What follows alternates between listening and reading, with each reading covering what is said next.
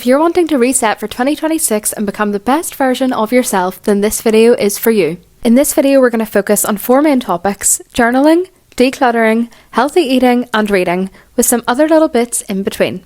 Hopefully by the end of this video, you'll be ready to become the best version of yourself for 2026. So let's get into it and let's reset together.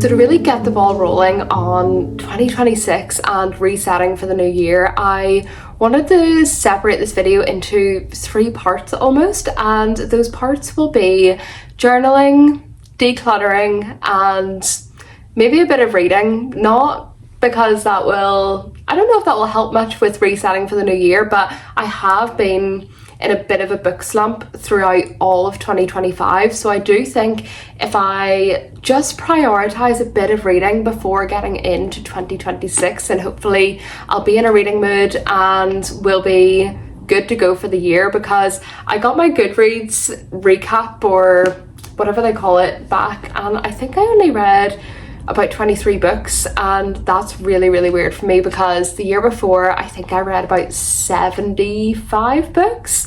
And I mean, life has changed since then, because whenever I was reading 75 books in a year, I was working in a bookshop, so I was always inspired by new books and I always wanted to read more. So I've changed jobs since then. I'm now a full-time content creator, which is my absolute dream, and I just haven't prioritized reading the way that I used to. So I think if we pick up a book and just have some time to read and prioritize time to do that, that would be perfect. So I actually did start decluttering the other day, and I wish that I got clips of it, because I think there was about 7 bags of stuff that I donated or just had to get rid of. There was so much, but there is still more, but it's not as big as a job. I will maybe show you some of my cupboards I organised, but there's no before photos, which is really annoying, because they were really messy. You know, like, see that cupboard behind me? That was the cupboard where everything got shoved into, and I completely organised it and got some really nice baskets from the range and just put them in there instead. And I do have, it's not clutter, it's stuff that we use, but it's like fiddly things like chargers, and they are in there, but whenever you open up the doors, all you can see is the basket. So I'll insert a clip so you can see that. It's just really satisfying.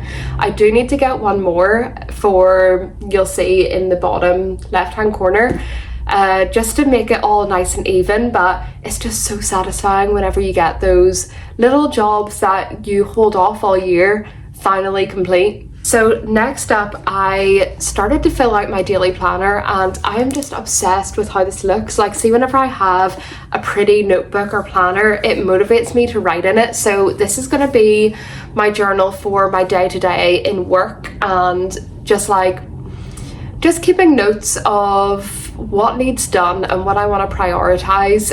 And I filled out the first mind map in this. I actually did it in the wrong page, which is so annoying because it's the first page that I obviously filled out, but this was meant to be my goals for the year and I did it in the goals for the month section, but that's completely fine because we know what to do, and I know what I'm talking about, especially for next month. Like, I know that this is my yearly one, so I filled out different points on career and business, attitude and mindset, health, finances, relationships, and personal development. I've also made all of these points really realistic, and instead of just saying, like, for example, this year I want to save money, I've said I want to save X amount, so then I can actually tick it off at the end of the month, or not at the end of the month, at the end of the year. I can see if I have saved that exact amount that I wanted. So I just feel like going into this year's journaling, I want to be really specific with my goals, and I don't want to just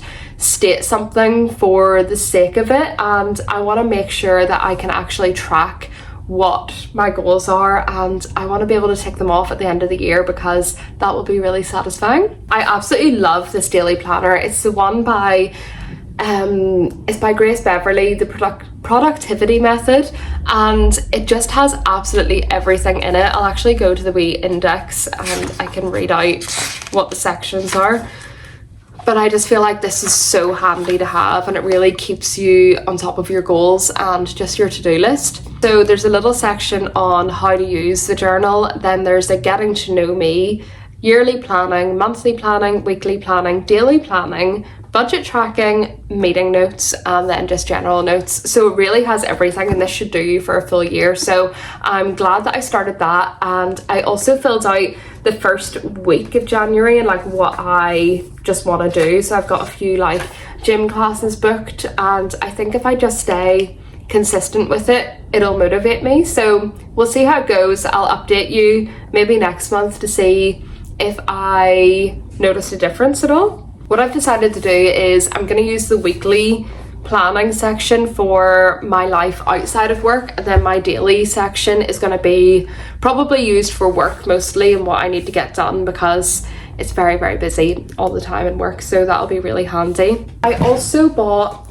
this little journal as well, because I love to have a visual journal. I love photographs and scrapbooking, so that's what this is going to be used for. I actually had a bigger one for last year. I think it was about that size. It was maybe A4, and I loved it. I completely filled it, and it's so bulky. So I want to do the same for this one. I got a smaller one just because the bigger one felt it was just a little bit too big. Like, I want to be able to bring this around with me, and I don't know, I just like this size better, I think.